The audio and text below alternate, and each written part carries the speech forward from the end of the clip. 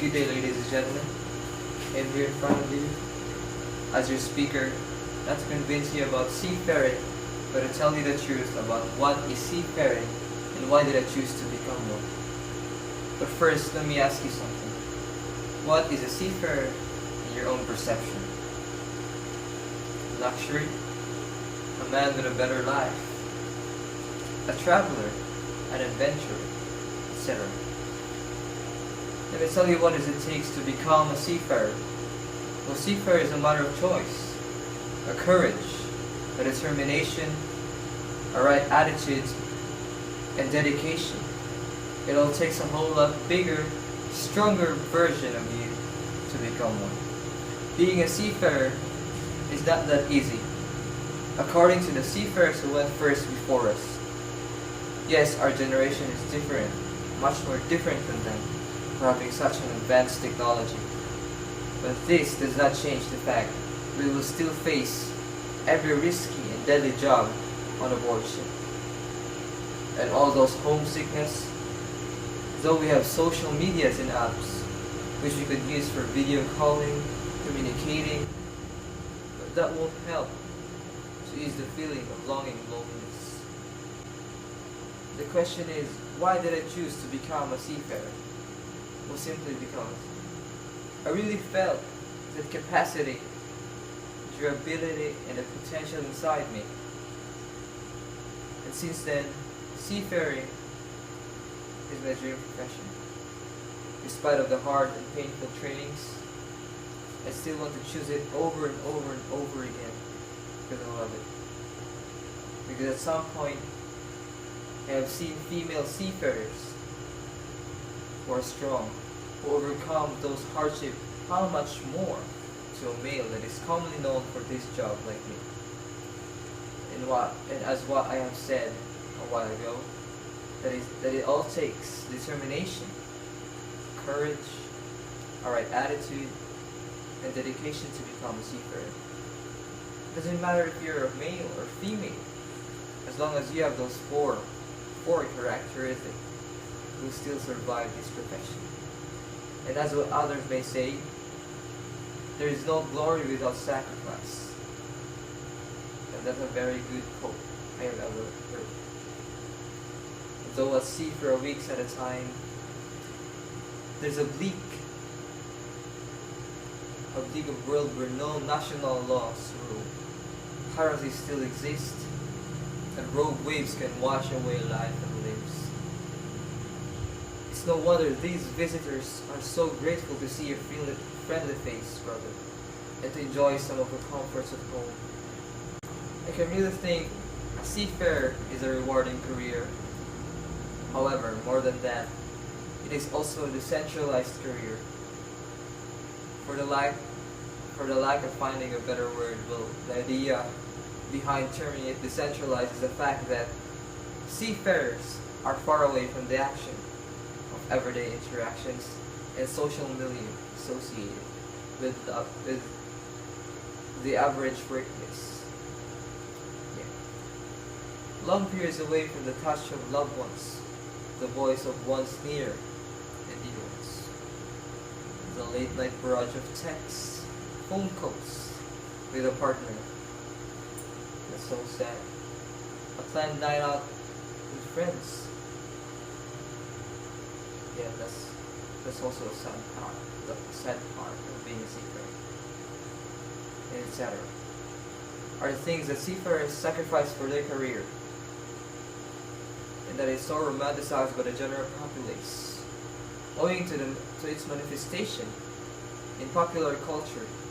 The outsider tends to ignore the extreme monotony and boredom that might set in with regard to a seafarer's life on board. It is at times such as that which we turn to the limit range of options that make us happy on board. Like, as opposed to what one might imagine, a shore live doesn't alleviate all our problems pertaining to the tough, precise, and monotonous life of ships. No, it is not like in Captain Phillips, a movie. Yeah, the movie Captain Phillips, if you watch it, wherein our everyday lives are a projection of the adrenaline-packed drama that ensues in the film. It is in fact much like the workplace on shore, a day of irregular responsibilities with a dash of excitement thrown multiple times. Yeah, it is like that.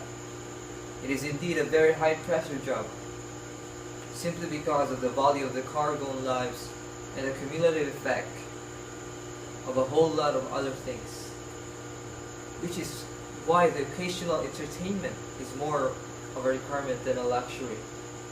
However, as a human being, seafarer or not, we are turned to accepting rewards in the right spirit, necessarily not monetary at all times. Any form of reward increases output, and it is almost always taken in high spirits. A little extra in the month and allotment, or something from the side of the charterers, always makes a seafarer feel involved in the process of the company. Quite logically, appreciation combined with perks definitely ups the allegiance of an individual, his company in terms of work as well as loyalty.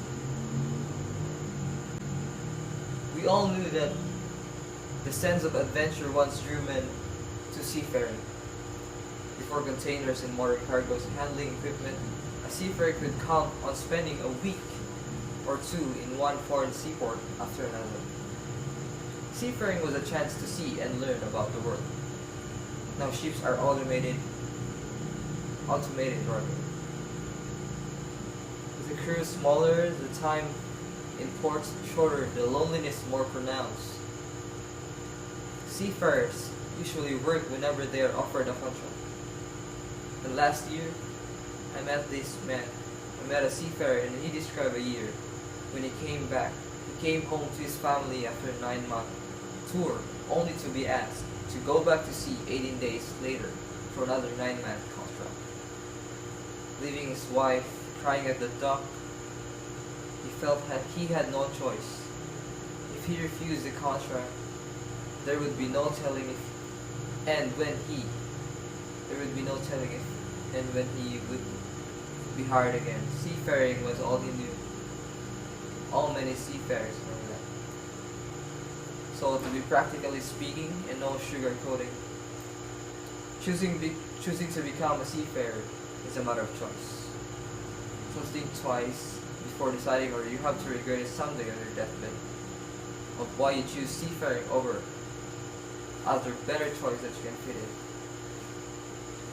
And as what late Elvis Presley said to his song, that wise men say only fools rush in. Yeah, that part of the song really hits me. So don't rush. Take your time by choosing something that is worth a lifetime. Every decision matters. Every action you take is a consequence of your future. Don't just take this as another success code to throw up on your daily life goals. When you can truly grasp that everyday action you take has an impact on your future,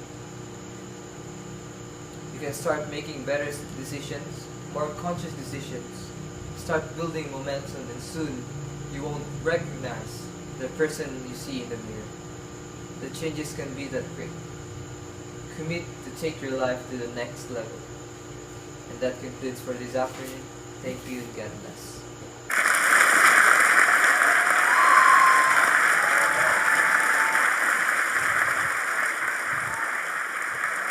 That was great.